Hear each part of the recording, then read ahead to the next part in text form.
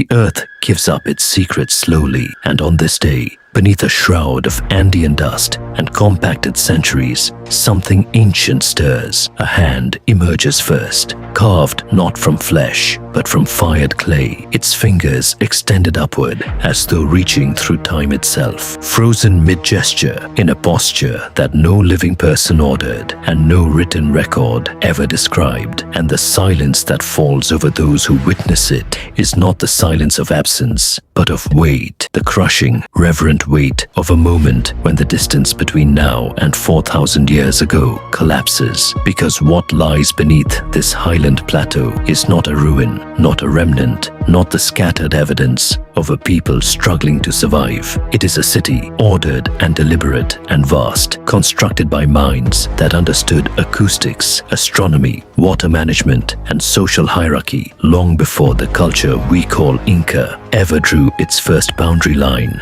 And the question that rises from the dust alongside that clay hand is not merely who built this, but how completely we have misunderstood the depth of human civilization in the Andes. And if you are willing to follow that question into the stone and silence, what waits on the other side will change the way you see the ancient world entirely. To understand what has been uncovered here, you must first abandon the assumption that civilization in the Americas was young, peripheral, or derivative of older traditions elsewhere in the world, because the western slope of the Andes, where the desert bleeds upward into altitude and the Pacific fog rolls inland each morning like a slow tide, was home to one of the most extraordinary experiments in organized human society ever attempted on this planet. And it happened independently, without contact with Mesopotamia or Egypt or the Yellow River Valley, rising from the particular genius of people who learned to read an environment of stunning hostility and transform it into the foundation of a world. The geography of ancient Peru is not merely dramatic in the aesthetic sense. It is structurally extreme, divided into three distinct vertical zones that ancient peoples called by names translated roughly as coast, mountain,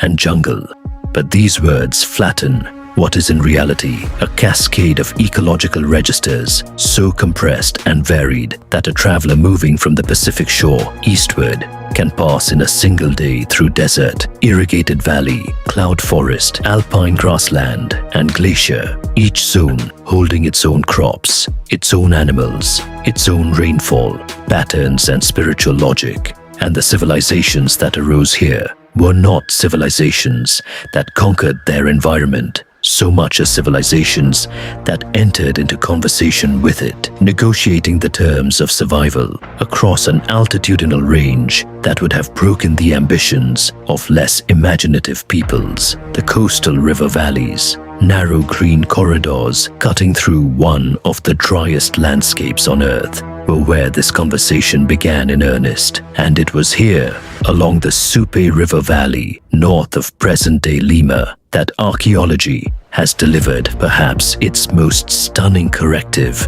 to the old story of American prehistory, because at a site known as Corral, the remains of a monument complex have been identified that push the origins of urban civilization in the Americas back to approximately 2600 BCE, contemporary with the Old Kingdom of Egypt, contemporary with the construction of the pyramids at Giza, contemporary with the earliest writing systems of Mesopotamia. And this is not a footnote or a qualification. It is a seismic revision of everything assumed about who was building cities, who was organizing labor at monumental scale, and who was developing the administrative and ceremonial technologies that we associate with the birth of civilization. Corral was not a village that grew large. It was a designed urban center, its great platform mounds rising in deliberate geometries above the valley floor, its sunken circular plazas acoustically engineered to carry sound from a central point outward to a gathered community, its residential zones differentiated by status and function in ways that reveal a society already stratified. already governed, already capable of extracting coordinated labor from populations across a wide geographic reach. And what makes Caral so extraordinary beyond its age is what it apparently lacked. There is no evidence of warfare in its earliest phases. No mass graves, no burned districts, no weapons caches, only the patient accumulation of construction over generations, suggesting that the engine driving this civilization was not conquest but exchange, the movement of goods and knowledge along coastal and inland trade networks that connected valley to valley and desert to mountain in a web of mutual dependence as sophisticated as any ancient economy ever reconstructed. Stay with this image a moment, because it matters more than it might seem. A civilization without walls, building pyramids beside the sea, coordinating labor and ceremony and trade across a landscape that should by rights have been too harsh for any of it. But Caral was not alone, and this is where the story deepens past the merely impressive into something genuinely bewildering. Because the Norte Chico region in which Caral sits was home to dozens of similar centers, each with its own platform mounds and sunken plazas, its own population and ceremonial calendar. And the question of how these centers related to one another, whether one dominated the others, whether they competed, whether they shared a common religious tradition or a common language, remains one of the most actively debated questions in Andean archaeology. A question to which the honest answer is still that we do not fully know. A new kind of cultural force began to emerge that would reach across the Andes with an influence so pervasive that archaeologists have long debated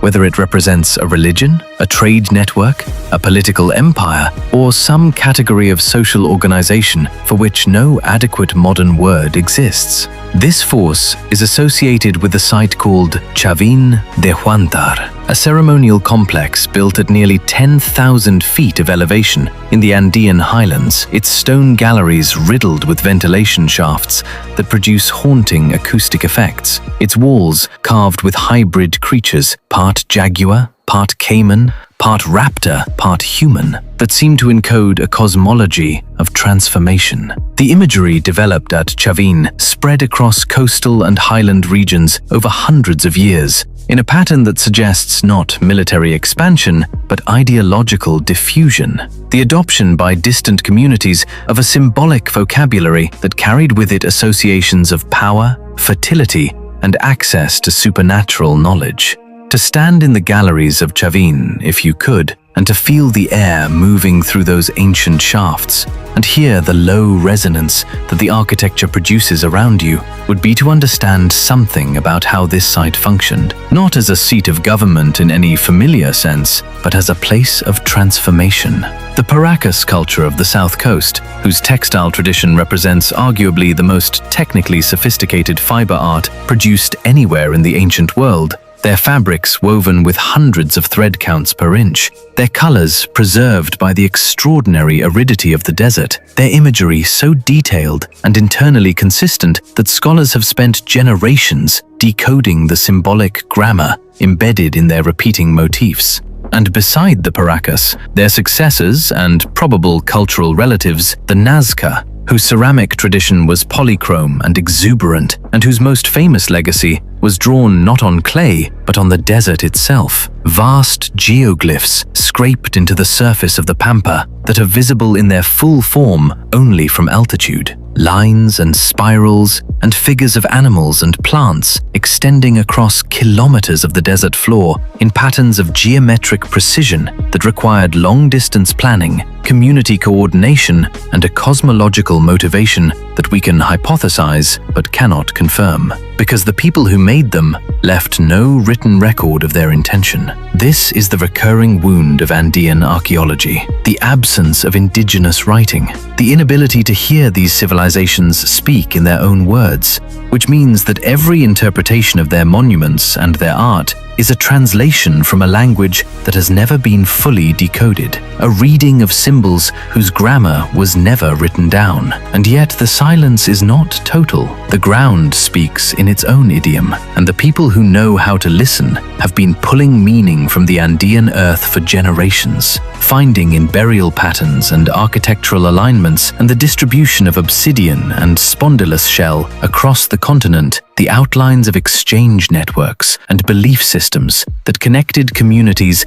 separated by hundreds of miles. What causes civilizations to end is a question that haunts every excavation, every layer of ash or flood deposit or abandoned architecture. And in the Andes, this question is sharpened by the evidence of repeated catastrophic disruption. El Niño events of sufficient severity to flood the desert coast and simultaneously trigger years of drought in the highlands, volcanic eruptions, earthquakes along one of the most seismically active zones on the planet, all of these operating against civilizations that had built their complexity on the assumption of environmental patterns that could at any moment be violently overturned. And the result in the archaeological record is a palimpsest of construction, abandonment, rebuilding, and reconstruction. The mystery deepens when you try to trace the threads of cultural continuity across these disruptions, because the civilizations of the Andes do not disappear cleanly. They transform.